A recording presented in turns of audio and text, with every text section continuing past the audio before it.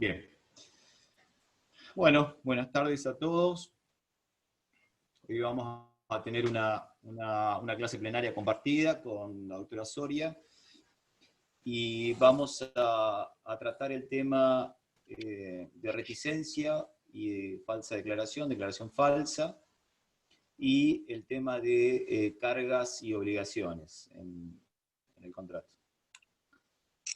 Lo primero que tengo para decirles es que si ustedes han leído la ley, habrán visto que el instituto de la reticencia o la falsa declaración es un instituto que está en los primeros artículos de la ley.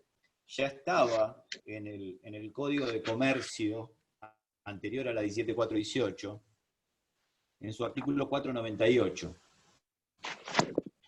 Está legislado en todas partes del mundo, les diría que casi con la misma similitud, porque es un instituto a nivel mundial, y claramente es un instituto que, si ustedes lo analizan, está hecho en beneficio del asegurador. Este es un instituto que protege al asegurador. En principio, por dos hechos particulares. Por un hecho fáctico, y con esto quiero hacer referencia, es que existe una imposibilidad material de que el asegurador pueda...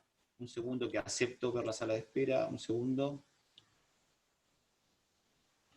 Estoy aceptando algunos que me faltaban. Hay una imposibilidad fáctica, una imposibilidad de hecho, de que el asegurador pueda verificar todos los riesgos que le son propuestos. Es decir, materialmente es imposible que el asegurador pueda verificar todos los objetos y riesgos que traen a su empresa.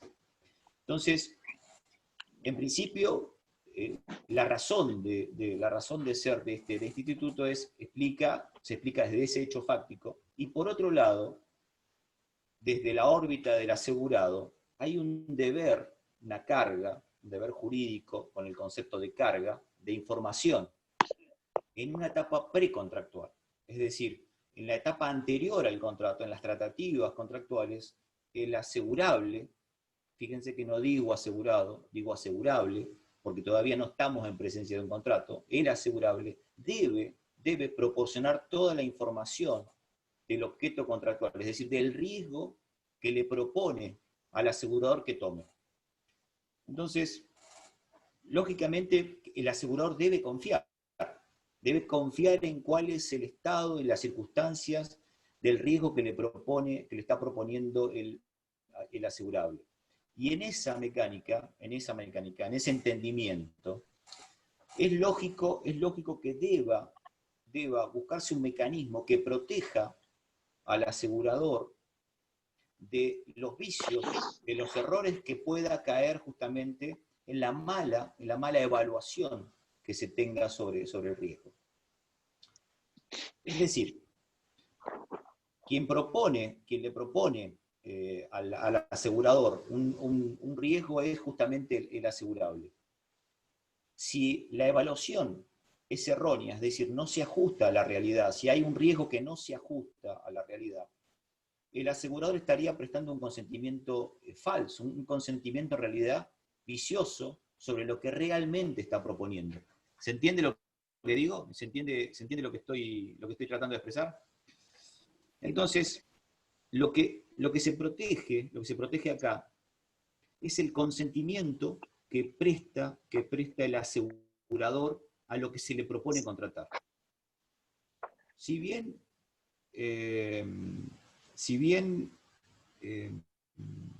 reticencia y falsa declaración producen los mismos efectos, desde el punto de vista conceptual no son lo mismo. Y es bueno que lo aclaremos, porque reticencia en realidad implica una omisión, es decir, un no hacer, es callar lo que se sabe. En cambio, la falsa declaración implica una acción, implica declarar algo que no se ajusta a la realidad. Si bien, reitero, los efectos son los mismos, los conceptos son diferentes. La reticencia implica un no hacer, un no declarar, y la falsa declaración implica una acción que es declarar falsamente o declarar erróneamente no ajustado a lo que es la realidad. En definitiva, el asegurador estaría aceptando un riesgo que no tiene relación con la prima. Acuérdense que el jueves pasado habíamos visto que debe existir una relación, de acuerdo a cálculos estadísticos y probabilísticos, entre la prima y el riesgo. Es decir, el asegurador, de acuerdo a bases matemáticas y cálculos estadísticos, evalúa que Doctor, antes... ¿Sí? disculpe que le interrumpe. Acá por el chat avisaron que hay alumnos que están esperando para entrar, alumnos de la Comisión 1. No tengo a nadie, la verdad. No tengo a nadie que me está proponiendo. No tengo a nadie para aceptar en pantalla. Ah, listo, perfecto. Yo, cuando venga me debería saltar en la pantalla y no los tengo. Ahora le avisamos si alguien le puede mandar un mensaje a Sofi, que tal vez ella lo pueda ver desde el hospedador de la facultad. Profesor, Sí, disculpe, sí. ¿podría explicar de vuelta la diferencia entre reticencia y falsa declaración, por favor? Sí. La reticencia es omitir una declaración, es decir, es callar algo, es no declarar lo que realmente se sabe o lo que se debió saber. Es decir, es una no acción, es una omisión de algo. En cambio, la falsa declaración implica una acción, es decir, es declarar algo que realmente no se ajusta a la realidad. Yo quiero asegurar algo y no estoy dando las circunstancias del verdadero estado del riesgo. Las estoy declarando en forma errónea, pero lo estoy declarando. La reticencia es no declarar y la falsa declaración es declarar algo falso, es decir, algo que no se ajusta a la realidad. ¿Está bien ahí? ¿Está claro? ¿Se entiende? Perfecto, Ahora, profe. Muchas gracias.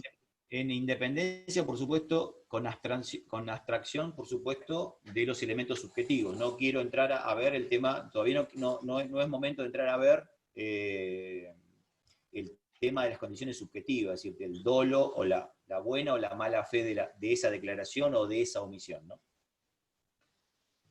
Pero en definitiva lo que tiene que quedar claro es que con la reticencia o con la falsa declaración, el asegurador estaría prestando consentimiento a algo que no se ajusta realmente al verdadero estado de riesgo.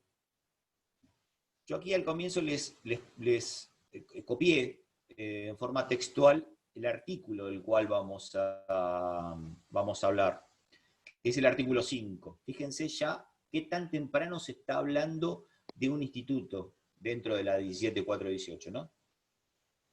Y este es un artículo que, la primera aclaración que debo hacer, que no es un artículo original del proyecto de Alperín, sino que fue un artículo que tuvo sus idas y vueltas en la comisión revisora. Alperín hizo el proyecto a mediados de la década del 50 y la ley se concreta recién sobre finales de la década del 60, más precisamente en el 67. Pero en esas idas y vueltas que ha tenido la redacción de este artículo, tiene sus inconvenientes, y por eso que es importante que entendamos la lógica de este artículo. Ustedes fíjense que el artículo menciona, dice, toda declaración falsa o toda reticencia de circunstancias conocidas por el asegurado. Acá no lo dice el artículo, pero va de suyo que está haciendo referencia a circunstancias del estado del riesgo, no a otras circunstancias. ¿Con esto qué quiero significar? Que si una persona va a una compañía de seguros y quiere asegurar su auto y erróneamente no da bien su documento o no da bien sus datos personales, eso no sería eso no constituye reticencia, porque eso ni agrava ni beneficia el riesgo.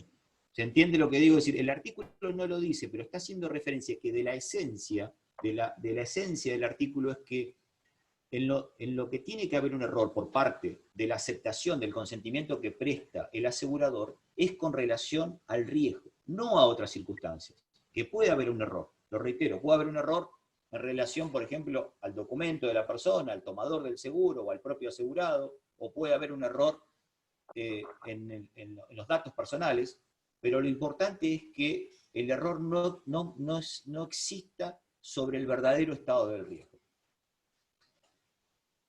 Fíjense que el artículo sigue mencionando conocidas por el asegurado. Y acá complementa diciendo aún hechas de buena fe. Es raro, en realidad no es feliz la redacción del concepto de aún hechas de buena fe, porque ¿qué sería una reticencia hecha de buena fe? Acá sería muy difícil imaginar cuál sería una reticencia o una falsa declaración hecha de buena fe. Acá lo que debió decir es culposo. El concepto es de culpa. Porque esto... Doctor, Sí. ¿Sí? ¿puede ¿Sí? ser un error de hecho excusable? El tema es el siguiente, y esto quiero que ustedes lo tengan claro, porque es así. No es reticencia lo que sin culpa se desconoce. Quiere decir que el error excusable, si es sin culpa, no es reticencia. La ley no puede obligar, no puede castigar con la anulación del contrato, obligando a una persona a conocer algo que no es culposo de no haberlo conocido. Es decir, esto es muy importante. No es reticencia lo que sin culpa se desconoce. Es decir, para que el asegurador pueda solicitar la anulación del contrato, la anulabilidad del contrato, necesariamente como mínimo debe mediar culpa del asegurado, como mínimo. Porque reitero, si se desconoce y no se tiene culpa de ese desconocimiento, no puede haber reticencia. Les pongo un ejemplo que surge de la propia jurisprudencia. Si una persona va a asegurar su vida y es una persona que permanentemente se hace chequeos médicos, que tiene su historia clínica, que se hace anualmente exámenes médicos, y cuando va a contestar el cuestionario que le propone el asegurador, y a la pregunta de si sufre enfermedades con una alta tasa de mortalidad, y declara que no, y ha sido una persona responsable que se ha hecho chequeos médicos, pero resulta ser que a los 2 años fallece de una enfermedad terminal, eso no va a poder ser constituido como reticencia. Distinto sería en el mismo caso que es una persona que declare que no posee enfermedades que declarar y jamás ha tenido un chequeo médico. ¿Se entiende la diferencia? En el primer caso no se puede acusar de reticencia, y en el segundo caso sí. En el segundo caso puede ser acusado de reticencia por parte de su negligencia de no haber hecho chequeos médicos. Exactamente. Porque el concepto que ustedes tienen que tener claro es que no hay reticencia, no hay posibilidad que se anule el contrato por algo que sin culpa se desconoce, que no es obligación conocer. Entonces,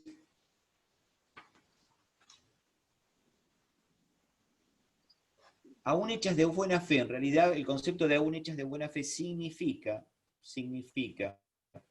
que como mínimo debió ser culposo, el tomador del seguro debió tener una culpa en el no conocimiento. El artículo sigue diciendo que a juicio de peritos. Y aquí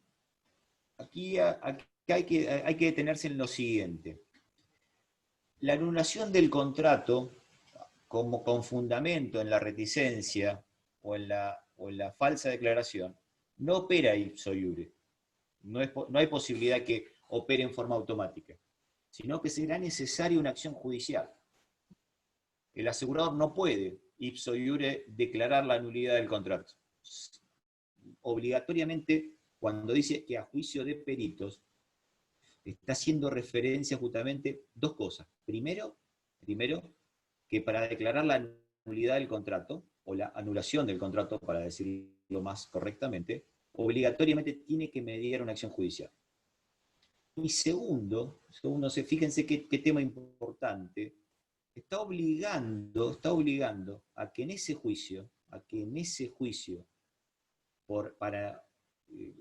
con el fundamento de la anulación del contrato, es decir, con el pedido de la anulación del contrato, el juez de la causa está obligado obligado a pedir la pericial. Está obligado a pedir la pericial. Pero con esta particularidad, y esto es muy importante. Esta vendría a ser si alguien le tuviera que decir cuál es una de las excepciones a la regla de la sana crítica, esta es una excepción a la regla de la sana crítica. Porque acá hay una prueba tasada. Un contrato de seguro no puede anularse, no se puede plantear la anulabilidad del contrato si no media en ese juicio el juicio de peritos. Pero ¿sobre qué va a basar el juicio de peritos? Fíjense que la prueba tasada o la prueba pericial no es sobre no sobre cualquier cosa del contrato. Los peritos, y el juez está obligado, los peritos van a dictaminar sobre si el verdadero estado del riesgo hubiera impedido el contrato o lo hubiera modificado el contrato. Porque sobre otros hechos de prueba no se va a requerir la prueba pericial. A ver si soy claro con esto. Supónganse que el asegurador plantea el pedido de anulación del contrato a consecuencia de una enfermedad terminal. Cáncer. Y el asegurado se opone a eso, o indica que en realidad ese tipo no es la enfermedad que él tiene. El juicio podrá versar en primer término, como defensa del asegurado, en una prueba médica si existe o no existe esa enfermedad terminal. Y eso, el juez tiene la libertad total. Pero la prueba pericial que hace referencia al artículo número 5, es que tiene que haber un perito actuario, en este caso perito actuario, que son los que realizan este tipo de pericias, en las cuales indicar si esa falsa declaración, si esa reticencia, en definitiva, el verdadero estado del riesgo, hubiera impedido o modificado el contrato, las condiciones del contrato. ¿Se entiende lo que digo? Doctor, ¿es vinculante la prueba pericial entonces? Sí.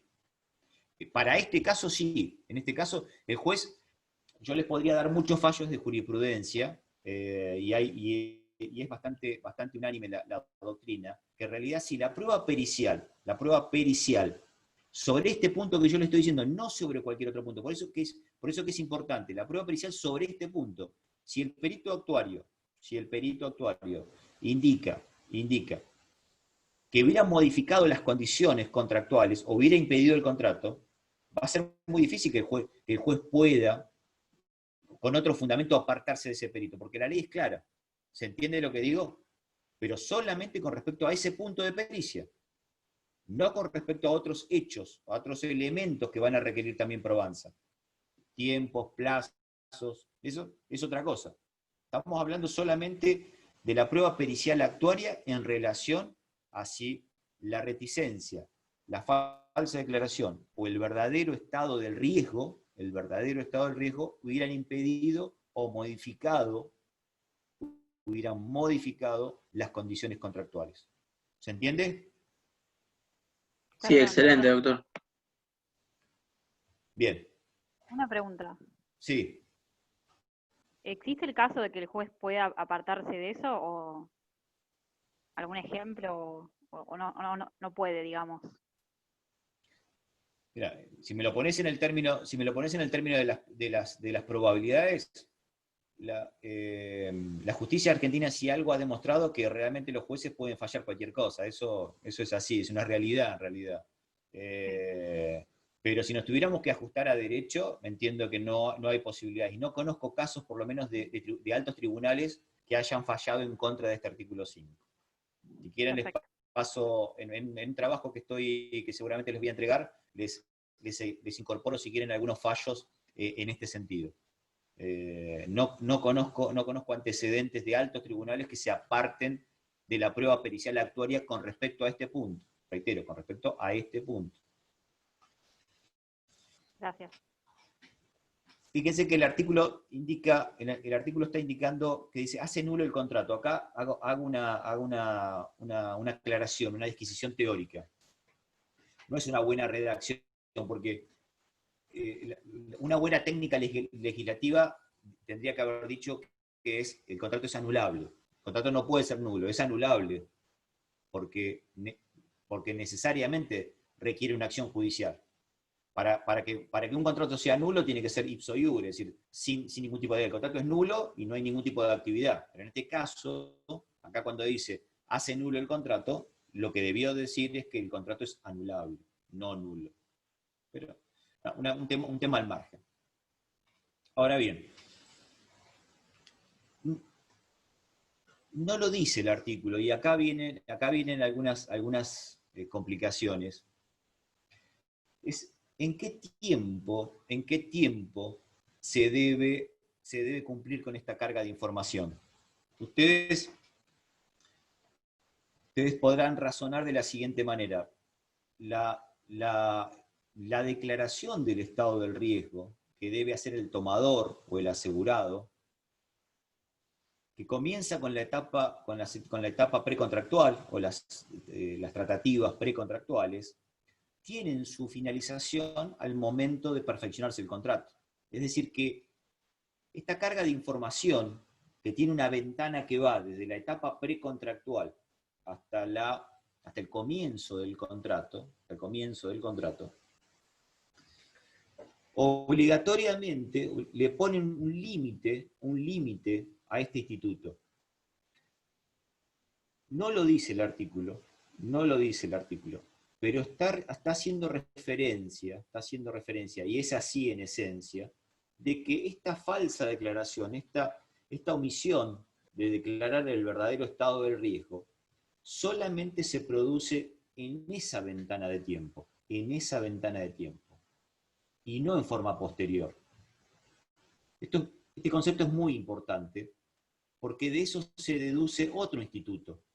Si esta misma situación se produjera en otro momento contractual, por ejemplo, a posteriori de la celebración del contrato, ya no estaríamos haciendo referencia al instituto de la reticencia, sino estaríamos en presencia de otro instituto que sería el de la agravación del riesgo. Entonces... Doctor, sí. disculpe que le interrumpa. Hay dos compañeros de la Comisión 2 que están esperando para entrar. Antes no se podía porque ya éramos 99, ahora somos 94. No, yo tengo 108 participantes acá. A mí me marca 94 en la pantalla. Listo, ahí aviso. Disculpe. No, por favor. La verdad que no sé cómo solucionarlo porque en pantalla no me surge. No, los que me han pedido incorporarse los he aceptado. La verdad que no tengo pedidos. Me parece que hay un límite por cantidad.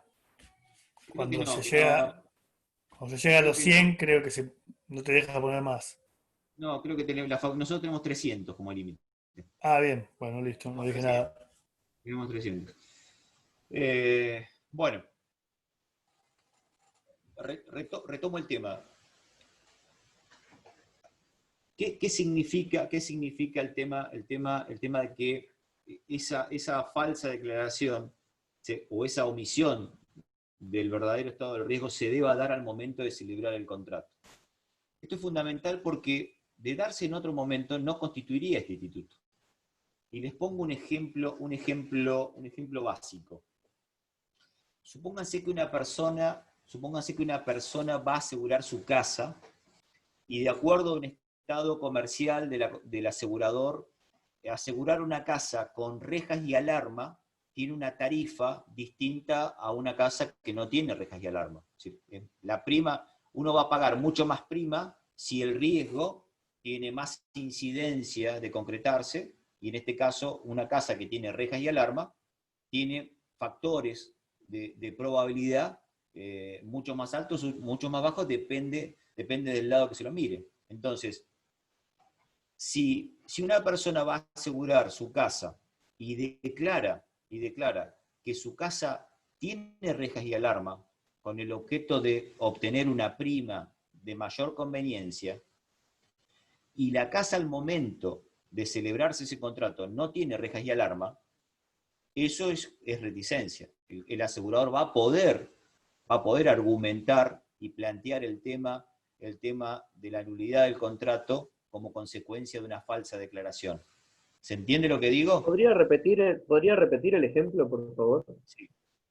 Esto viene de lo siguiente, no lo dice el artículo, pero va de suyo, que es así, que esta carga, este deber de información que tiene el tomador del seguro, de declarar el verdadero estado del riesgo, bajo pena de cometer reticencia o falsa declaración, se debe dar en un momento determinado, que va desde de la etapa precontractual, de las tratativas precontractuales, hasta el momento de la celebración del contrato. Es decir, la valoración del verdadero estado del riesgo solamente se da al momento de celebrar el contrato, es decir, al momento de celebrar el contrato, al momento de que se concluye el contrato. Porque si se da en forma posterior a la celebración del contrato, no estamos en presencia de este instituto y estaremos en presencia de otro instituto, que en este caso, agravación del riesgo. ¿Se entiende ahí? Entonces, en el ejemplo que yo les estoy poniendo, si una persona va a asegurar su casa e indica que su casa tiene rejas y alarma, y no tenía rejas y alarma la casa, ahí está cometiendo justamente una falsa declaración. Ahora, si declaró que tenía rejas y alarma, y al momento de celebrar el contrato tenía rejas y alarma, pero 4 meses después, porque no le gustaba cómo le quedaban las rejas, las tiró abajo las rejas, o le sacó las rejas a la casa, eso no sería reticencia, sería agravación del riesgo. Fíjense en el artículo que les mencioné, el artículo no lo dice, pero va de suyo que es así, que la falsa declaración o la omisión de circunstancias del verdadero estado del riesgo, o del riesgo, de las circunstancias del riesgo, se dan solamente, solo y solo sí, al momento de celebrar el contrato, no en otro momento. ¿Soy claro en lo que digo?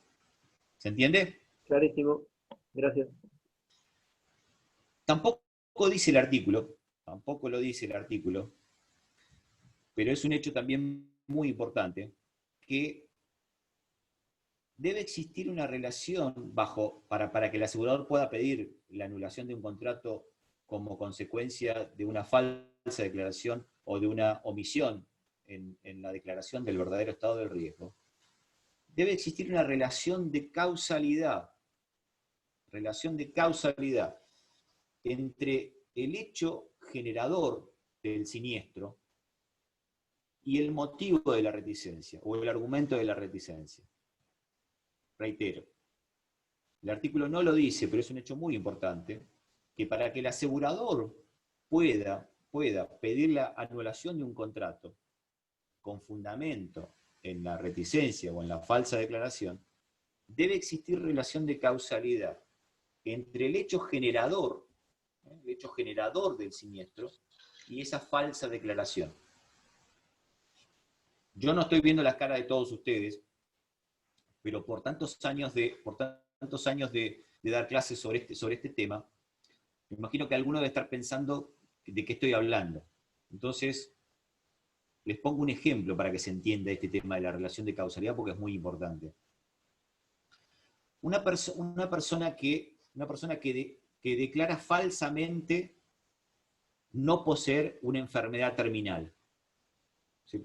A sabiendas, es decir, le agrego hasta el dolo, no sabiendo o debió saber que tenía una enfermedad terminal, pero el concepto de reticencia en este caso es no haber declarado lo que se sabía, que era que tenía una enfermedad terminal. Pero la persona iba caminando por la calle y se le cayó un piano por la cabeza y falleció a consecuencia de que se le cayó el piano en la cabeza.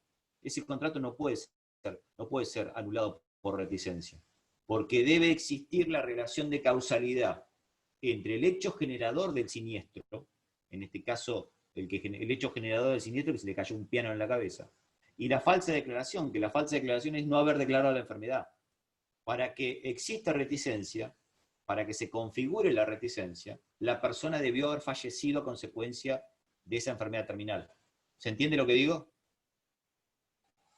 Es decir, esa relación de causalidad es muy importante. Esa relación de causalidad es muy importante. Si eso, de no existir esa relación de causalidad, quiebra el concepto justamente de la posibilidad que el asegurador tenga para argumentar la nulidad del contrato. Profe, hay una pregunta en el chat. Sí, Hace rato sí, a ver, perdón.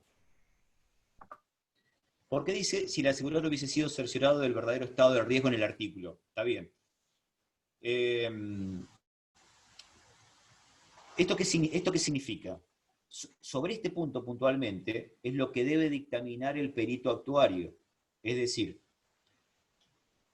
el asegurado o el tomador, o el asegurable, en realidad el concepto es asegurable, después se transformará en tomador o en asegurado, pero en la etapa precontractual lo correcto es hablar de asegurable.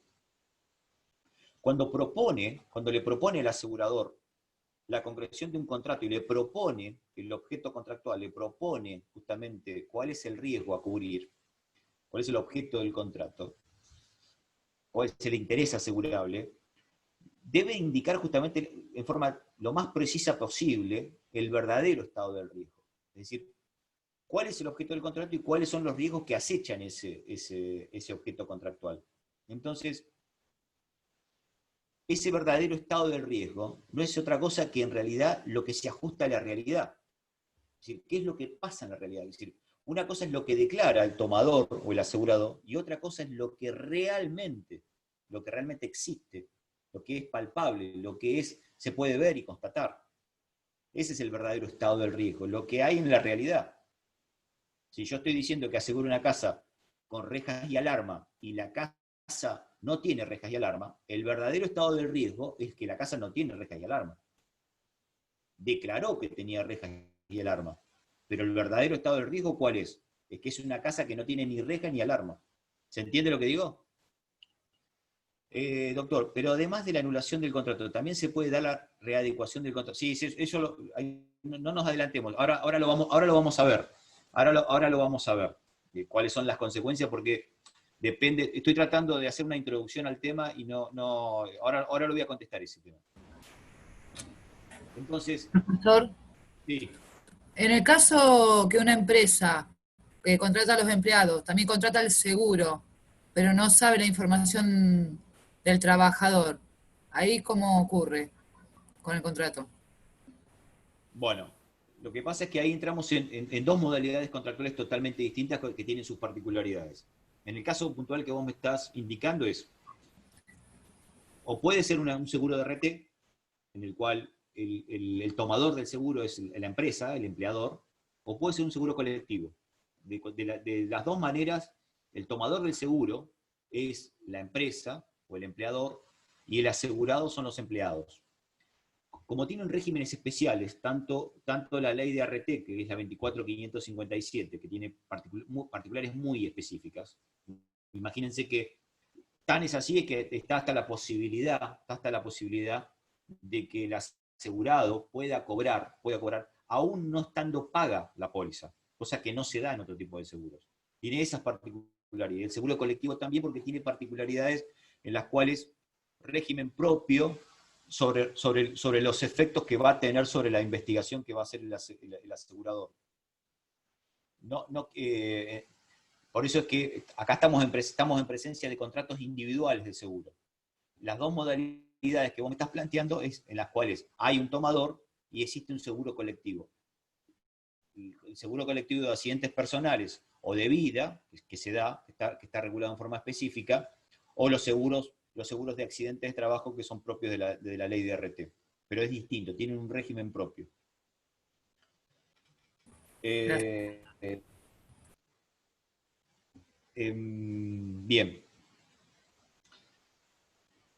Vamos a... ¿Cuál es el contenido de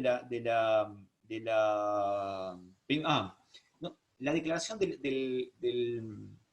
del asegurado con respecto al verdadero estado del riesgo no tiene forma alguna, no requiere la ley, no plantea la ley ningún tipo de formalidad. Así es que hasta se permite la posibilidad de que sea verbal, si bien en la práctica se da que sea en forma escrita, ¿no? ¿Y qué les parece? ¿A través de qué manera el asegurado le va a transmitir al asegurador el verdadero estado del riesgo o el riesgo que le propone? ¿Qué les parece? ¿A partir de qué instrumento les parece que es el más común para noticiarlo al asegurador? ¿Qué les parece? ¿Cuál sería el instrumento? A ver, ¿quién lo... ¿Declaración jurada? Lo que promueve es no, acá me están diciendo, no, declaración jurada no, es a través de la propuesta. Es decir, dentro de la propuesta es donde se declara justamente cuál es el riesgo. En realidad, el concepto es la propuesta. Si bien a través de la propuesta se declara el estado de riesgo, también lo puede ser a través de un cuestionario, que es muy normal en los seguros de vida. Es muy normal que cuando uno quiere asegurar la vida, va a una visita médica propuesta por el asegurador y aparte de los estudios médicos y de la entrevista con el médico, es el propio médico en el cual le hace una serie de preguntas a través de un cuestionario, en el cual le está detallando justamente lo que para el asegurador serían las cosas importantes a destacar para tener una idea de cuál es el riesgo que va a asumir. Se le pregunta actividades, hobbies, deportes que practica, enfermedades preexistentes, operaciones. Ya la jurisprudencia es bastante uniforme en indicar que todo lo que no esté en ese cuestionario, va a ser muy difícil, prácticamente imposible, de demostrar que sea reticencia por parte del asegurado. Porque se entiende que si el asegurador le propone al asegurado un cuestionario que deba responder, es justamente la parte que entiende del riesgo que vendría a ser el asegurador, toda la serie de preguntas, contestando todas esas preguntas, se tiene una cabal idea de cuál es el riesgo que se asume. Si el asegurador cometió el error de no preguntarle sobre una determinada enfermedad, no va a ser obligación del asegurado indicarlo. ¿Se entiende lo que quiero decir con esto? Con respecto al cuestionario, es bastante clara y uniforme, tanto la jurisprudencia como la doctrina. Es decir, lo que no está en el cuestionario, el asegurador después no va a poder alegar justamente reticencia o una falsa declaración. Bien. El asegurador cuenta con un plazo de 3 meses, para interponer, para alegar la falsa declaración, que se cuentan desde que ha tomado conocimiento del verdadero estado de riesgo. Como todo plazo de caducidad, el objetivo o el fundamento de los plazos de caducidad es darle certeza a un derecho, es decir, darle una limitación a un derecho. ¿Qué significa esto? Que el plazo es un plazo perentorio, es un plazo en el cual, de no ejercerse ese derecho, está purgando el vicio. En el caso que les puse el anterior de las rejas y la alarma, si el asegurador tomó conocimiento que la casa no tenía ni rejas ni alarma, tomó conocimiento y dejó pasar los 3 meses, significa que aceptó el verdadero estado de riesgo. Profe, una pregunta. Sí. Pero, ¿cómo, o sea, el asegurador podría decir que en realidad cuando tomó conocimiento del verdadero estado, ponele que fue un día 2, en realidad podría decir, aunque pase el tiempo, o sea, ¿cómo se comprueba que en realidad dejó pasar el tiempo? Si él podría decir tranquilamente, no, mira, lo tomé conocimiento otro día posterior, no sé si me explico lo que quiero decir. Sí. ¿Cómo se prueba ese toma de conocimiento? Te podría indicar algunos casos de jurisprudencia. Por ejemplo, si la cobranza del seguro se realiza en el domicilio del asegurado, o a través de un productor, o a través de un agente institutorio, o de algún agente de cobranza, concurre al domicilio del asegurado y está viendo que la casa no tiene rejas, por ejemplo, y tiene el recibo de haber pagado la prima en tal día, el plazo comenzaría a partir de esa fecha. Es decir, claramente es un hecho fáctico de probanza, como todo medio de prueba. Es decir, siempre probar algo tiene sus complejidades, pero claramente tiene la complejidad de que cualquier hecho de prueba. Pero va a buscar, Bien, ahí sería claro, sí. pero va a correr la posibilidad de que cualquier medio de prueba es posible para probar este hecho. Fíjense que ese es un buen ejemplo de lo que yo les mencioné cuando el artículo menciona a juicio de peritos. Lo primero, es decir, probar, por ejemplo, el hecho, si la casa tenía rejas y alarma, es decir, la falsa denuncia, se podría probar por cualquier medio de prueba, Lo que no se va a poder probar por cualquier medio de prueba es que si el verdadero estado del riesgo hubiera impedido o modificado las condiciones contractuales. Eso obligatoriamente va a tener que tener la prueba pericial. ¿Se entiende? Sí, bárbaro. Bien. Bien.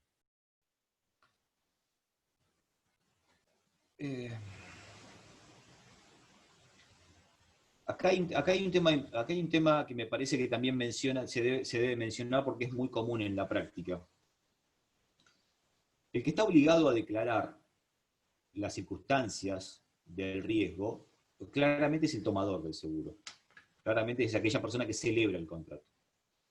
Ahora bien, si el contrato se celebra por mandato, con un representante, en representación, o un seguro por cuenta ajena, es decir, donde se desdoblan las figuras de tomador y asegurado, en cualquiera de esos casos, se va a tener en cuenta el conocimiento de ambas partes. Es decir, si el contrato fuera celebrado por un representante, a los efectos de evaluar la falsa declaración o la omisión de circunstancias del verdadero estado de riesgo, se va a tener en cuenta tanto el conocimiento que tenga el representante como el representado. Y si fuera un contrato por cuenta ajena, se va a tener en cuenta el conocimiento que tenga tanto el asegurado como el tomador del seguro. ¿Se entiende? No es que la buena fe, por ejemplo, la buena fe que tenga el representante no va a excluir la mala fe que tenga el representado. Es decir, puede ser que el representante sea de buena fe y no tenga la obligación de conocer, pero el solo hecho de la mala fe o el deber de conocimiento que debió tener el representado también se aplica para pedir la anulación del contrato. ¿Se entiende lo que quiero decir? Es decir, en este caso, para evaluar la reticencia, es decir, para evaluar la omisión de circunstancias conocidas o la falsa declaración, se va a tener en cuenta tanto el conocimiento del representante como del representado, y tanto del tomador como del propio asegurado. Ahora, fíjense que el artículo menciona, divide desde un punto de vista de un hecho subjetivo, la posibilidad de que esa reticencia o esa falsa declaración se pueda producir de buena fe o de mala fe. Y ahí se desdoblan los efectos que puedan tener. Si estamos en presencia de una reticencia cometida o acaecida en buena fe, es decir, sería aquella en la cual el asegurado no declaró, por ejemplo, por considerar que no ha tenido relevancia, es decir, que no lo declaró en su buena fe de que ese hecho no era relevante para que el asegurador tomara conocimiento, es decir, en la creencia de que ese riesgo o esas partes del riesgo no debían ser declarados, y es perfectamente atendible. Aclaro también que la buena fe se presume, y a contrario de Sensu, el dolo se va a tener que probar, va a ser el asegurador que va a tener que probar el dolo, pero en principio la buena fe se presume. Pero las consecuencias van a ser distintas, porque si estamos en presencia de un pedido de anulación del contrato de buena fe, el asegurador tiene acá dos posibilidades. Se le abre un abanico de dos posibilidades. O unilateralmente anular el contrato, devolviendo las primas con deducción de los gastos, primer punto. Y segunda posibilidad, ya no en forma unilateral, sino que en forma consensuada con el tomador y con el asegurado, en reajustar el contrato al verdadero estado del riesgo, reajustando lógicamente la prima. Es decir, si estamos en presencia de la anulación, del pedido de anulación de un contrato de buena fe, el asegurador en forma unilateral podrá anular el contrato, pero en ese caso tiene que devolver las primas con deducción de los gastos, o bien reajustar el contrato, reajustar la prima, pero ahí necesariamente va a tener que tener el acuerdo del asegurado. Ahora, Si la reticencia o la falsa declaración es de mala fe, es decir, con la intención de engañar al asegurador, es decir, en forma aviesa, en forma malintencionada, el tomador o el asegurado o el asegurable tiene la intención de engañar al asegurador, ahí se configura el concepto de mala fe. En ese caso, y solo en ese caso, la solución que da la ley es que se queda el asegurador con las primas, se queda con todas las primas percibidas de todo el periodo, y más la prima del periodo en curso.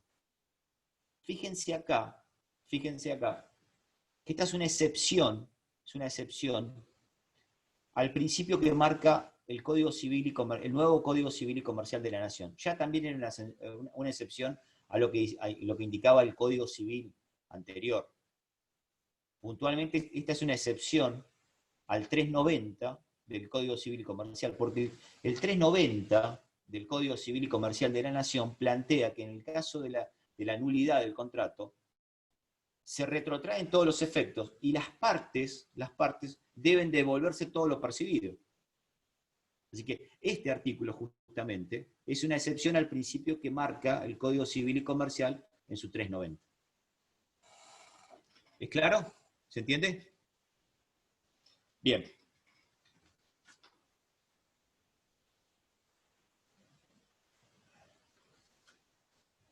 Más o menos, no me quiero olvidar, a ver, leí el artículo, a ver si hay alguien que está preguntando algo, declaración jurada, operaciones... Bien. ¿Alguna pregunta con esto? Quiero unos minutos Entonces, más. en esto que explicó recién, no hay acción judicial. ¿En qué? ¿En el tema de la buena y de la mala fe? Sí. No, sí siempre hay una acción judicial. La regla es que siempre va a haber una acción judicial. Siempre va a haber una obligación. Me olvidé de algo importante también, que está mencionado en la ley, que tal vez me tomo un minutito para explicarlo. Porque con tu pregunta me hiciste acordar. Siempre va a mediar una acción judicial, pero hay un caso muy especial, en el cual se puede obligar al asegurador a continuar con el contrato, que se da solamente en los seguros de vida. Se da solamente en los seguros de vida. Es decir, cuando el asegurador quiera rescindir un contrato, pida la anulación del contrato, a consecuencia de la reticencia, y si estamos en presencia de un seguro de vida, el asegurado puede obligar al asegurador a continuar con el contrato. Pero si se dan tres condiciones. La primera es que la nulidad del contrato fuera perjudicial para el asegurado. Hay que demostrar que la anulación del contrato perjudica al asegurado. Segundo tema es que el contrato fuera reajustable a criterio de peritos. Es decir, a criterio de peritos el contrato pueda sufrir un ajuste. Y tercer punto, para obligar al asegurador a continuar con el contrato, el verdadero estado del riesgo debe formar parte de la actividad comercial del asegurador. ¿Con esto qué quiero decir? Supónganse que el motivo de la reticencia o la falsa declaración por parte del asegurado es no haber declarado, por ejemplo, que practicaba una aladeltismo o parapente, la actividad de parapente. Claramente hay ciertas actividades que en los seguros de vida se deben declarar. Si no declaró que practicaba esa actividad que es riesgosa, como las actividades de submarino, las actividades de bombero, ser policía, no es lo mismo asegurar la vida de un bombero y de un policía que la de un oficinista, eso es claro. Pero supónganse que la actividad no declarada es la que practicaba como hobby, la de parapente, la actividad deportiva de parapente. Ese verdadero estado del riesgo, que es justamente practicar ese deporte riesgoso, debe formar parte de la posibilidad de que el asegurador se lo haya tomado en el tiempo al momento de celebrar. Porque si el asegurador me dice, mira, el asegurador indique, mira, yo no aseguro a nadie que practica con parapentes, no se lo va a poder obligar. Para poder obligar al asegurador a continuar con el contrato, el verdadero estado del riesgo debe ser algo que posiblemente el asegurador lo tome. ¿Se entiende lo que quiero decir? Esas tres condiciones que se tienen que dar para obligar al asegurador a continuar con el contrato, que son que sea perjudicial, que sea reajustable a criterio de peritos, y que forme parte de la actividad comercial del asegurador, está haciendo referencia a eso. Que el verdadero estado del riesgo forme parte de la posibilidad de que el asegurador justamente lo tome. ¿Preguntas con esto? Profesor, le hago una consulta, no sé si es de esto puntualmente, pero por ahí sí. Tengo un amigo, ¿me escucha? Sí, perfectamente. Tengo un amigo que no tiene registro y no obstante eso se empeña en manejar. Se compró un auto carísimo encima, Sí. y él dice que no quiere sacar el registro, pero tiene un seguro. Yo no sé, el seguro del auto, ¿no le pregunta cuando va a sacar el registro, el seguro si tiene registro? ¿O pueden darte un seguro si no? Porque sería un caso de reticencia, ¿no? Mirá, yo lo primero que le diría, que le digas a tu amigo que deje de pagar el seguro, porque está tirando la plata. Porque si Es lo que le dije. Primero le dije que saque el registro. Bueno, es que, o sí, si la otra posibilidad es que pague, que saque el registro. Porque está pagando un seguro que no le va a cubrir, pero no a consecuencia de la reticencia. Y ahora, y es un poco, no a consecuencia de la reticencia, porque en el caso de que no tenga registro será un caso de exclusión de cobertura. Porque en las propias pólizas y en la propia ley indican justamente el riesgo que va a cubrir. Y en la consecuencia justamente de no tener registro es justamente que vos no estás cumpliendo con un deber jurídico que forma parte del contrato, que es estar habilitado a conducir. No puede haber registro, seguros de auto Pero en ese caso, sin pedirte el registro. ¿Cómo? No hay seguros de auto, seguro que de este estilo, que se den a pesar de que uno no tenga registro. Mirá, en el único caso que se podría plantear el caso de que no manejar sin registro, y acá, lógicamente, está dividido el tema, pero te lo tiro para que lo analicen. Yo tengo posición tomada claramente. El incumplimiento de los deberes debe empezar sobre el propio asegurado. ¿Y con esto qué te quiero decir? Es que si vos tenés tu auto, vos lo tenés en condiciones tu auto, vos tenés registro, pero le prestás el auto a un amigo que no tiene registro, y tu amigo tiene la desgracia de atropellar a alguien, el asegurador, y lógicamente acá vas a tener las cuestiones, va a haber abogados de compañías de seguros que tienen una postura y vas a tener los abogados que hacen daños y perjuicios con otra postura. Pero en mi entender, las cargas y las obligaciones pesan sobre el asegurado, porque salvo que el asegurador pueda probar que vos le prestaste el auto a tu amigo a sabiendas de que no tenía registro.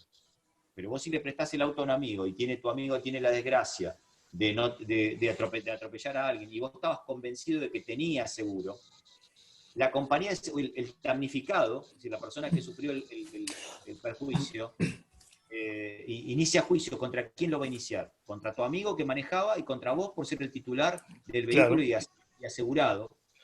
El asegurador entiendo que te va a tener que cubrir, porque en realidad el cumplimiento es para vos como asegurado. Después, lógicamente, tendrá la posibilidad de la compañía de seguro de repetir contra tu amigo, que ya va a soportar el daño. Pero el deber de indemnidad sobre tu patrimonio el asegurador lo debe cumplir. Bien. ¿Entiende la diferencia ahí? Sí. Quiero marcar justamente con respecto a eso. Ahora, volviendo al tema que vos planteás. Una pregunta. Sí. Dejad que termine con esto, dale, por favor. Sí. El tema de no tener registro, vos sos asegurado y no tenés registro, no es una cuestión de reticencia, porque vos en ningún momento, la constitución del registro no forma parte del estado del riesgo. ¿El estado del riesgo cuál sería? El auto y la indemnidad de tu patrimonio. Ese es el riesgo. Aseguro el auto contra robo, y el verdadero estado del riesgo es el auto, y contra RC, que sería la responsabilidad, el riesgo que sería proteger tu patrimonio si vos cometés un daño a una tercera persona. ¿Se entiende? Pero ahí Sí. no te va a cubrir por otro motivo, por una exclusión de cobertura, no por reticencia. Sí, ¿cuál es la Ok. otra pregunta? Gracias. Sí. No, en ese mismo caso, pero en el caso de que planteó el compañero de que el seguro lo aseguraba igual por más que no tenía registro de conducir, ¿no sería fraude de parte de los dos, del asegurado y del asegurador? Porque el asegurador se supone que no puede asegurar a alguien que no tenga registro. Si es lo primero que te piden cuando vos vas a asegurar el vehículo. Sería muy buena propuesta, pero no conozco en ningún lugar que indique que vos cuando vas a asegurar un auto tengas que tener registro. Si vos me decís en qué parte de la ley, de la normativa indique Entonces, eso, ¿por qué es lo primero que te piden? para conducir y porque lo dice la ley de tránsito. Porque hay una No, ley no, no, nacional. me refiero a la compañía de seguro. Vos cuando vas a asegurar en un auto, lo primero que te piden es el DNI y el registro. Correcto, está bien. Va, Es por una lo que a mí cuestión de me política. pasó eso. Cuando fui a asegurar un auto con mi viejo, lo primero que me pidieron fue el registro y el DNI. Está muy bien que te lo pidan, correcto. Hace una buena política comercial de la compañía de seguro, previendo situaciones conflictivas a No, futuro. pensé que era obligación tener el registro de conducir, por eso la duda. Durante años y años vos asegurabas un auto, y es más te digo, no era necesario ni siquiera ser titular del auto. De hecho, no necesitas ser dueño del auto. Vos podrías asegurar el auto y no tener el título de propiedad de tu auto. Por más que si te lo roban, la Perfecto, gracias. compañía de seguro te va a exigir justamente que tengas el auto, que hagas todos los trámites ante el registro de automotor para tenerlo a tu nombre. Pero eso es por otra cuestión, por una cuestión de te van a pagar el auto que te robaron, hay que darle de baja en el registro de automotor. Acá, no sé si está, Lu, ¿estás en el sistema? ¿Estás por pantalla? No te veo, pero... Perfecto, gracias. Bien. El otro tema que quería comentarles, que me parece muy, muy importante para entender todo el armado, el articulado de la ley. Ustedes que el jueves pasado yo les mencioné un poco la razón de ser que tuvo el redactor, el autor del proyecto, el doctor Alperín, de por qué estableció el armado de la ley, es decir, el orden por el cual planteó un tema de artículos generales, de principios generales, y después dividió en seguros patrimoniales y en seguros de personas. Eso explica una lógica, una concepción del derecho de seguros que tenía el autor. Eso era por un lado. Y el segundo tema, para entender la lógica con la cual uno tiene que analizar la ley de seguros, es la que les voy a plantear ahora. Ustedes habrán visto, para aquellos que hayan leído la ley, se habrán dado cuenta que existen en la inmensa mayoría de los artículos deberes jurídicos. ¿Qué quiero hacer referencia con deberes jurídicos? Ustedes saben que los deberes jurídicos tienen dos formas. O pueden ser una carga o pueden ser una obligación. Pero ambos, la carga y la obligación, tienen como característica principal, tienen en común, que son deberes jurídicos. ¿Esto qué significa? Claramente, en todo el articulado de la 17.418, van a encontrar deberes jurídicos que se van a ajustar a uno u otro.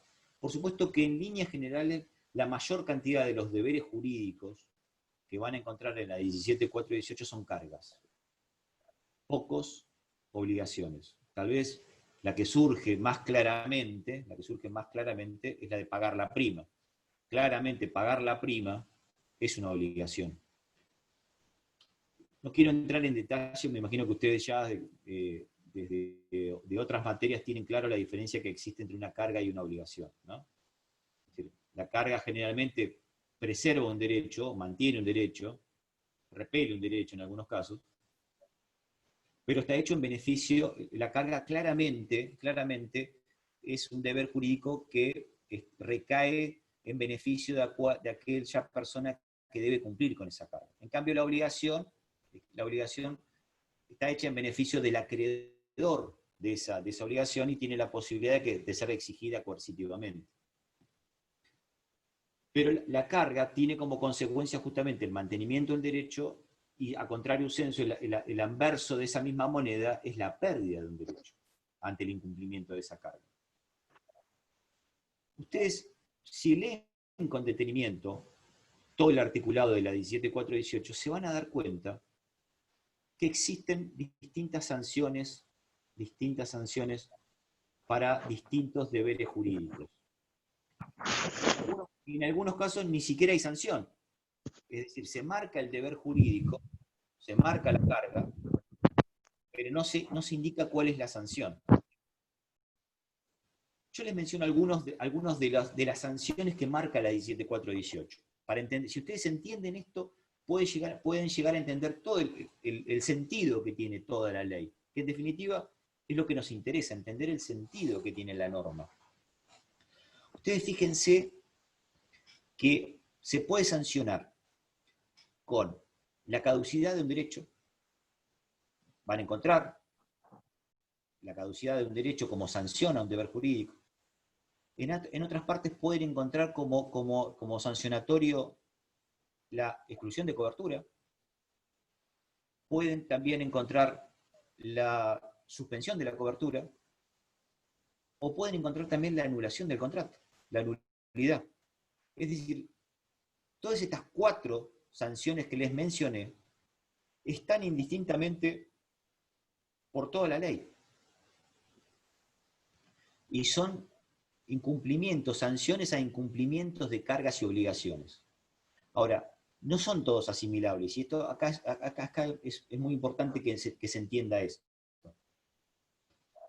Cuando se habla de caducidad, ¿no? La caducidad de un derecho, y después vamos a ver, si tengo algunos minutos, si Lu me da unos minutos más, ustedes van a ver que la caducidad tiene un efecto definitivo, pero circunscripto al hecho generador del incumplimiento. En cambio, la suspensión de cobertura tiene un efecto provisorio, pero expansivo a todo el contrato. ¿Con esto qué quiero decir? Cuando ustedes vean que la sanción a alguno de los deberes jurídicos es la caducidad, esa sanción es definitiva, no hay posibilidad de levantarla, pero está circunscrita solo al hecho generador del incumplimiento. Les pongo un ejemplo. Supónganse que no denunciar el siniestro dentro del plazo que establece la ley, de 72 horas, está sancionado justamente con la pérdida del derecho. Si una persona sufre un accidente y no lo declara dentro del plazo, se lo está sancionando con la liberación del asegurador. Es decir, el asegurador no va a responder. Ahora bien, ese incumplimiento de esa carga, que está sancionado con la caducidad del derecho para el asegurado y la liberación del asegurador por el otro lado, está circunscrito solamente a ese hecho generador. Porque el perro no es mío, el que está ladrando no es mío, el perro. Si alguien está ladrando el perro. Con esto, ¿qué les quiero decir? Si esa misma persona a los 2 días vuelve a cometer un siniestro y sí lo denunció, este segundo hecho sí es cubierto por el asegurador. ¿Se entiende la diferencia? En cambio, la suspensión de cobertura, que es provisoria,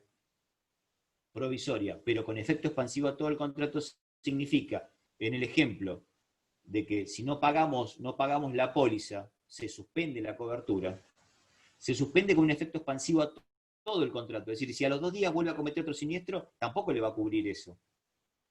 Y por otro lado, es provisorio, porque si va el asegurado o el tomador y paga, a las 12 horas, nuevamente se restablece la relación contractual. ¿Se entiende la diferencia entre suspensión de cobertura, que tiene un efecto provisorio, pero expansivo a todo el contrato, y la caducidad, que tiene un efecto definitivo, pero circunscrito solamente al hecho generador del incumplimiento de la carga? En el otro caso, como lo decía el compañero hace unos minutos, la exclusión de cobertura, que también la vamos a encontrar, que tiene similitudes con la caducidad, pero a diferencia de la caducidad, las similitudes son que en ambos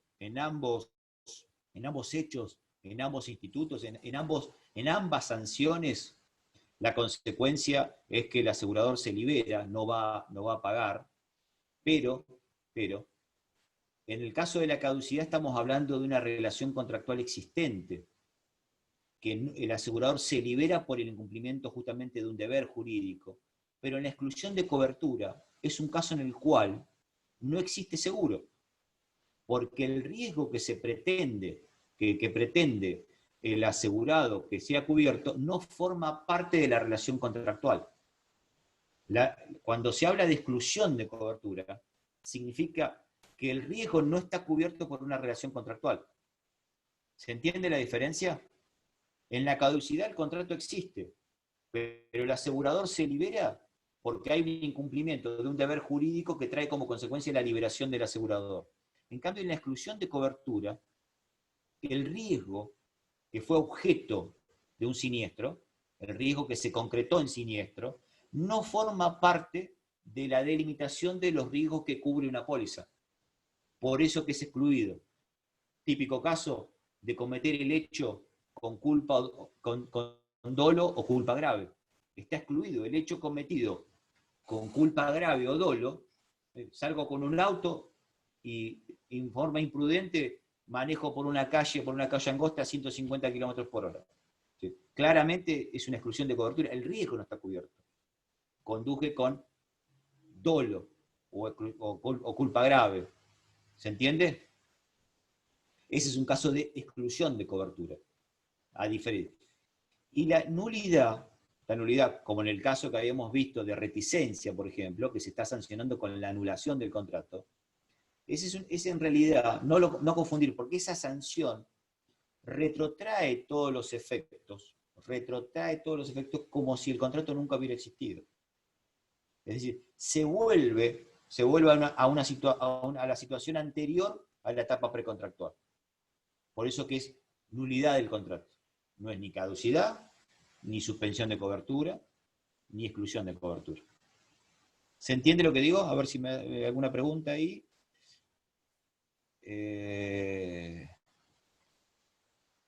Acá Valeria Tomatis, por ejemplo, alcoholizado. En los últimos años se ha cambiado, hay una resolución de la Superintendencia de Seguros, y está regulado porque para que se anule el contrato, para caer en exclusión de cobertura, la alcoholemia debe dar más de un grado de alcohol, de 1 gramo de alcohol en sangre. Es decir, si te da por debajo de 1 gramo por alcohol en sangre, no es alcoholizado. Es decir, para vos, para que el asegurador se libere, vos deberías tener más de 1 gramo de alcohol en sangre por litro, para que pueda ser considerado. Eso fue regularizado fue regulado por la Superintendencia de Seguros hace unos cuantos años. Si hace 6, 7 años, calculo yo más o menos, no tengo muy presente la resolución de la SUPE, pero más o menos por ahí andamos.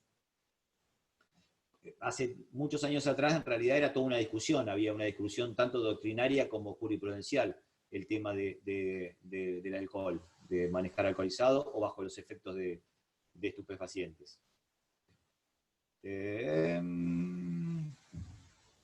¿Por qué le cubriría, me pregunta acá, por qué le cubriría al tercero que no tiene registro al que le presta el auto si dicha causal es exclusión de cobertura? La causal de cobertura no aplica a este caso también. a ver, trato de interpretar lo que me pones. Yo lo que dije es que a mi criterio, las causales de exclusión de cobertura pesan sobre el asegurado, no sobre terceros ajenos. No soy de la opinión de que asimilar el concepto de asegurado a conductor. Las compañías de seguro, cuando presentan las pólizas, son muy proclives a asimilar al conductor a un asegurado. Jurídicamente no es apropiado. Lo que pasa es que hay un interés claramente comercial en las compañías de seguro de asimilar al conductor al asegurado. Porque es por lo que les mencioné recién. Si el conductor de un auto se lo asimila a la figura de asegurado, pesan sobre él justamente las cargas y las obligaciones. Yo entiendo que el conductor de un auto, que no es asegurado, es un tercero beneficiario de un contrato, pero que no le son aplicables las cargas. Independientemente de que en la responsabilidad de los hechos, el asegurador que mantiene indemne al asegurado podrá repetir si es que ese conductor debe soportar el daño. ¿Se entiende lo que digo? Lu, ¿estás por acá? ¿Estás Lu, en el chat? La verdad que no te ubico. Pensé que ibas a poder... Yo sigo mientras que... A ver. Un segundo.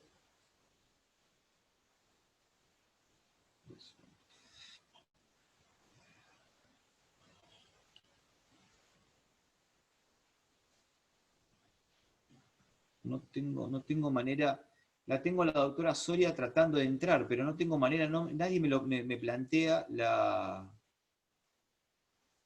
el pedido. Bien. Lamentablemente sigo con el tema unos minutos más. Creo que nos cortan 4:30. 4:30 automáticamente el operador de la facultad nos corta porque hay otra clase, hay otra cátedra que lo tiene que utilizar. Bien, ¿se entiende entonces esto de los deberes jurídicos y el régimen sancionatorio para cada uno de ellos? ¿Soy claro con lo que planteo? Sí, muy claro.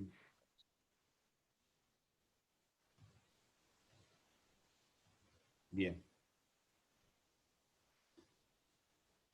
Ahora, claramente, en los contratos, que no son otras cosas que las pólizas, cuando hablamos de un contrato de seguros, transformarlo a la realidad, o volcarlo a la realidad es hablar de una póliza, donde las cláusulas son en las pólizas de los seguros.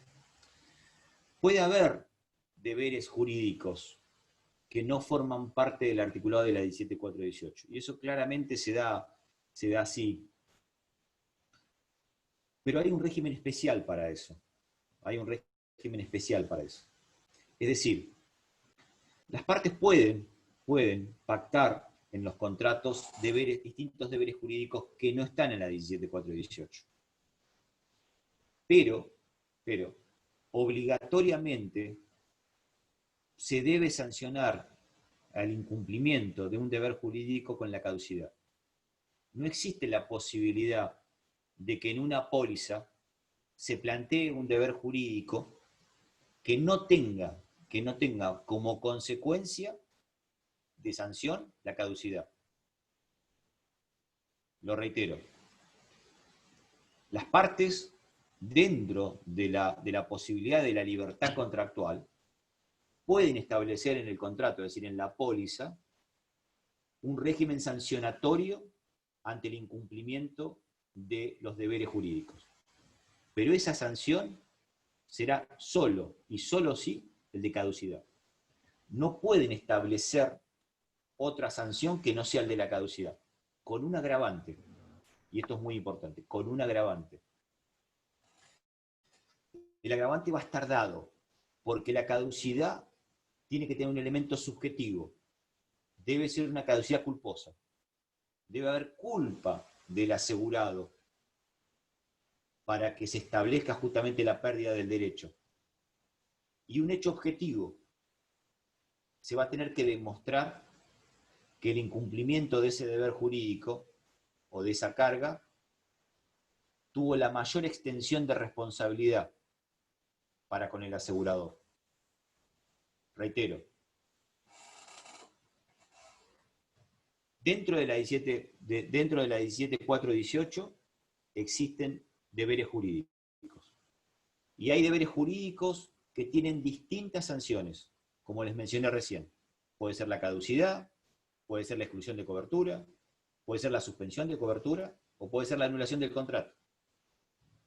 Pero, para los casos en los cuales en la 17.418 se establece el deber jurídico y no encuentren en el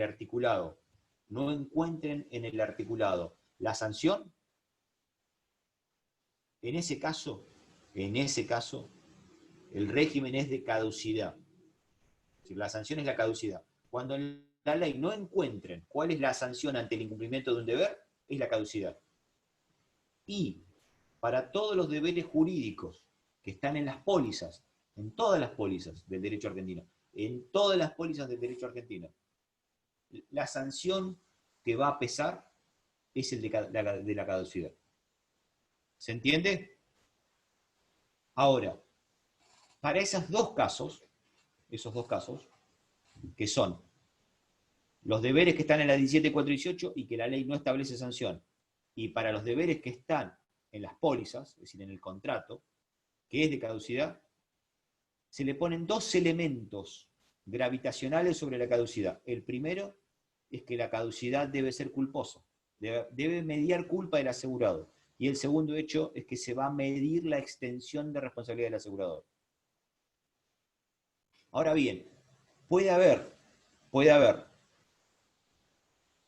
cargas y obligaciones que deban ser cumplidas con anterioridad a un siniestro, o cargas y obligaciones que deban ser cumplidas con posterioridad al siniestro. Si la carga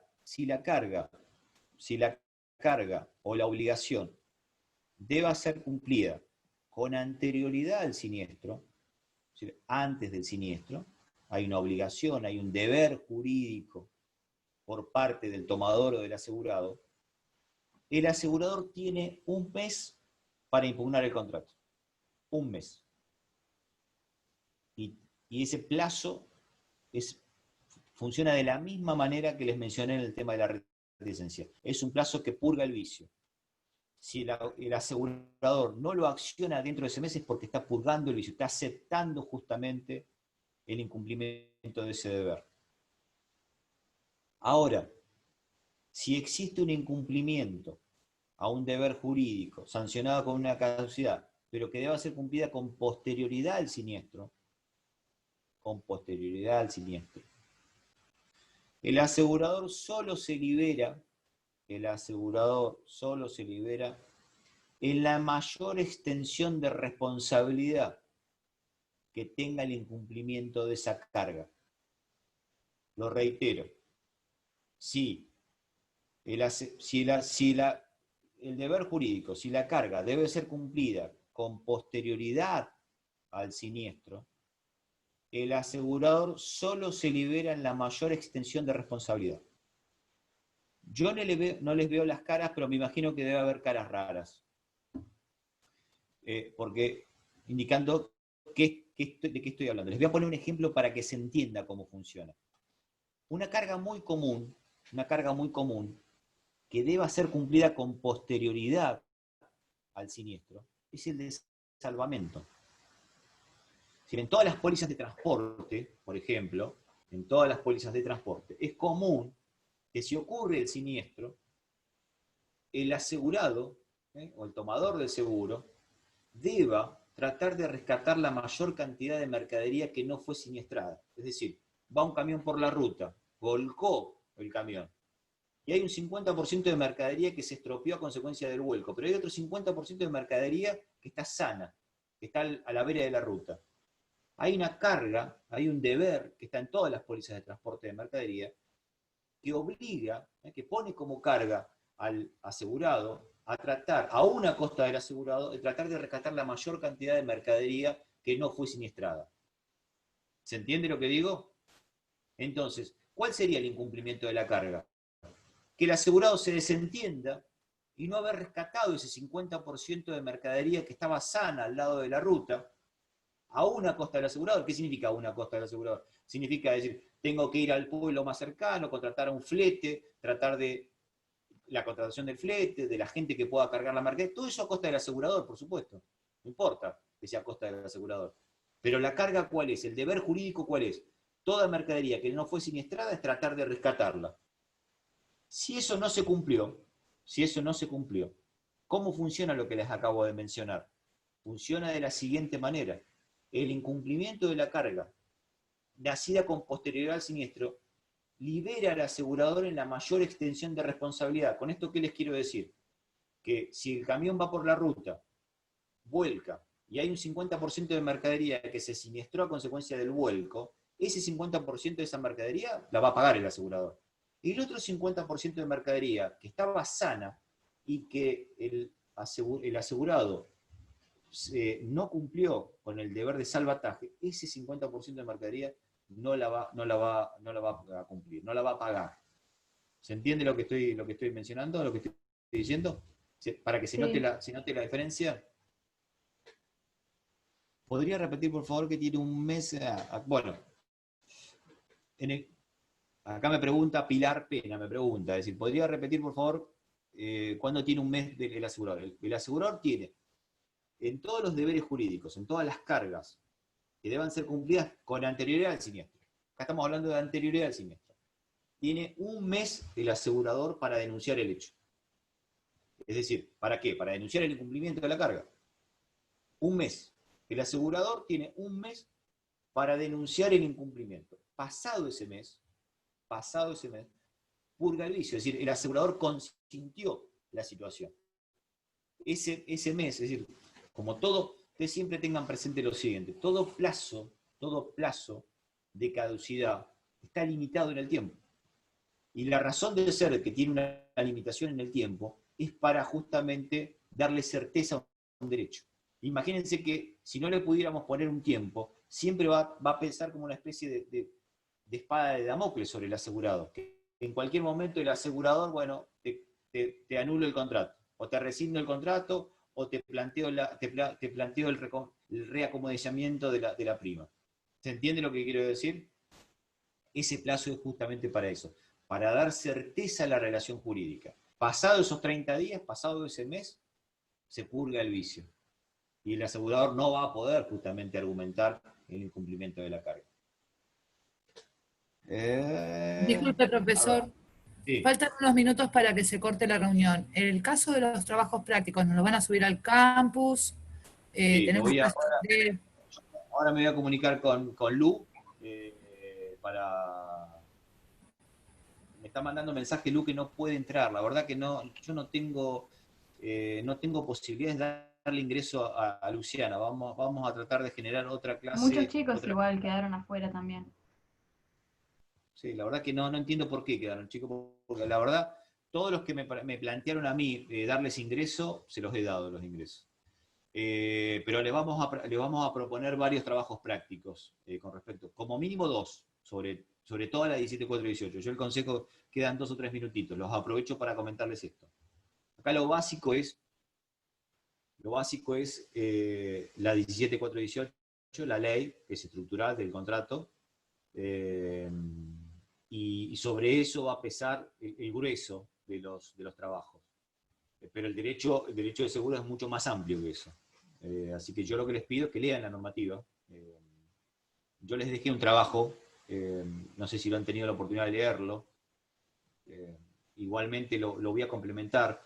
Yo le saqué algunas partes al trabajo, traté de reacomodarlo porque ese trabajo forma parte de un libro que tiene notas y es mucho más complejo. Traté de sacarle para que sea más sencillo su lectura. Traté de simplificar. Lo pasé a Word justamente tratando de simplificar su lectura. De todos modos, si hay algo que no se entiende, me lo hacen saber, seguramente con la comisión número 2 me voy a explayar un poco más. Pero de todos Profesor, modos, sí. ese texto que dice, ¿está en el material de consulta del campus? Sí. ¿Os acuerda cómo es el título? Porque hay varios textos ¿De derecho de para saber seguros? cuáles. No, en esa unidad, en el material de consulta hay un montón de textos, pero para saber cuál es el que se está refiriendo usted. Creo que de derecho de seguros, me parece, si no es el único, no debe haber muchos más. Es un tema que es de derecho de seguros. Creo que Matías lo colgó y lo iba a poner también en la página del Face. Me imagino, por lo que estoy viendo acá, hay varios que me están diciendo que lo tienen ya. Está en el campus y en el Face, en los dos lugares están. Pero de todos modos le aviso El título es que ese, Derecho de Seguros. Es Sí, simplemente ese el título. exactamente. Sobre esto también les voy a tratar de dejarles adaptar algo que tengo escrito, pero hacerlo un poco más simple, para que sea mucho más amena la lectura para ustedes. Así que se los voy a dejar. Pero de todos modos, trabajos prácticos vamos a subir.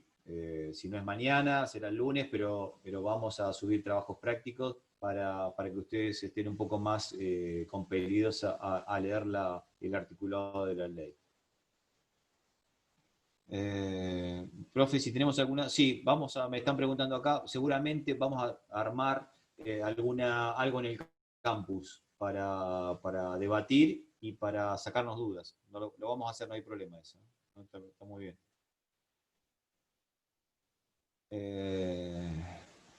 A ver, ¿qué más? Unidad 10. Bien. Bueno, ya en cualquier momento nos van a cortar, son 4:30. Doctor, Sí, disculpe, en el campus es el artículo que se llama Derecho de Seguros suyo, de Pablo Nogués. sí, ¿Es correcto. un PDF? ¿Ese es el que se refería? Sí, exactamente. Sí, no sé si está en PDF, en Word, pero es eso. Bien, muchas gracias. No hay por qué. Bueno, ahora vamos a reprogramar porque la verdad que nos quedamos muy cortos con el tiempo, quedaron muchos temas, la verdad, sin tratar, y aparte hay un tema muy importante que Luciana Soria, la doctora Soria, tenía que dar, que es el tema de responsabilidad civil, que a mí particularmente es un tema que me interesa mucho porque tiene mucha aplicación práctica. Así que vamos a reacomodar alguna clase, vamos a ir viendo a ver cómo podemos hacer para que todas las comisiones tengan ese mismo material. Lu había preparado un par de PowerPoint con respecto a eso, así que vamos a reacomodar la clase, vamos a ir viendo. Después lo voy a diagramar de nuevo y les vamos a ir indicando en el Facebook o a través del campus. ¿Les parece? ¿Dudas? ¿Dudas hasta que nos corten?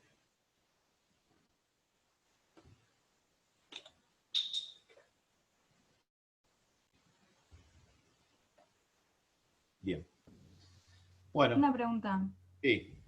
¿El régimen especial de caducidad que explicó recién, Sí. ¿es para el hecho particular o para todo el contrato, para toda la póliza? Para todas las pólizas, es eso. Para todas las pólizas.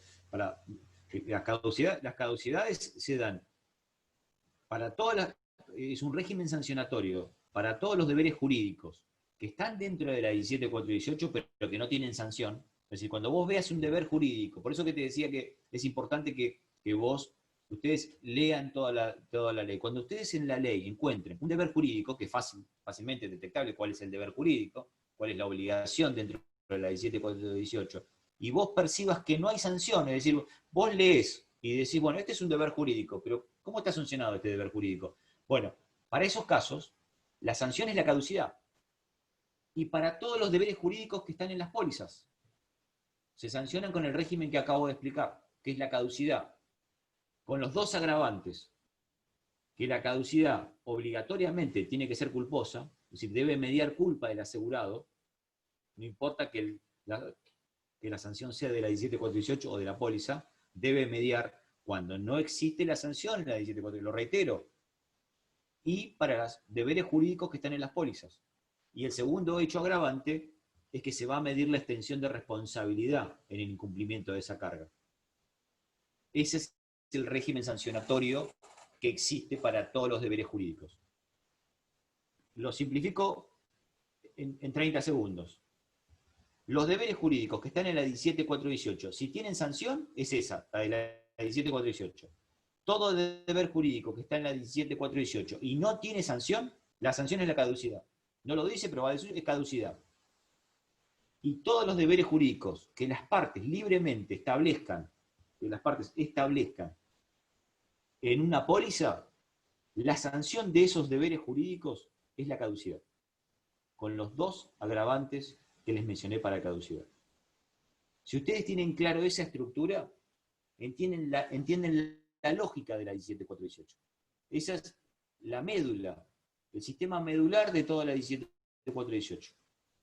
Identificar cuáles son los deberes jurídicos, cuál es el régimen sancionatorio. Y van a poder identificar si estamos en presencia de una exclusión de cobertura, de una suspensión, de una anulación, de una caducidad, y que cuando encuentren un deber jurídico que no hay sanción, ustedes ya saben que esa sanción va a ser caducidad. Y todos los deberes jurídicos de las pólizas, la sanción obligatoriamente es la caducidad. ¿Se entiende? Sí, gracias. Bueno, es una pena que no, por temas de la plataforma, no nos hayamos podido contactar con Lu, nos hayamos quedado afuera de la situación. Yo voy a plantear ahora en la facultad, es decir, este tema de que lo vamos a tener que corregir esto. Ese tema que faltó dar, ¿de dónde lo podemos leer? No, vamos a ir viendo, de leerlo lo pueden leer en realidad de cualquier ley comentada, de los libros de derecho de seguros que existen en la biblioteca de la facultad, o de cualquier libro que ustedes puedan tomar, no hay problema. En ese sentido no hay inconveniente. Yo les diría que si tienen la posibilidad de tener acceso a alguna ley comentada de derecho de seguros, bienvenido sea, y me parece que con eso anda bien. Así es que, pero de todos modos voy a tratar de organizar para ver la posibilidad de que hagamos otra reunión, otro encuentro para este tipo de cosas. No sé si plenaria, otra vez tratar de hacerla para todas las comisiones. ¿Les parece? Bueno, chicos, ha sido un gusto. Muchas gracias. Que tengan Gracias. un buen fin de semana y nos estamos viendo la semana que viene. Gracias, hasta luego.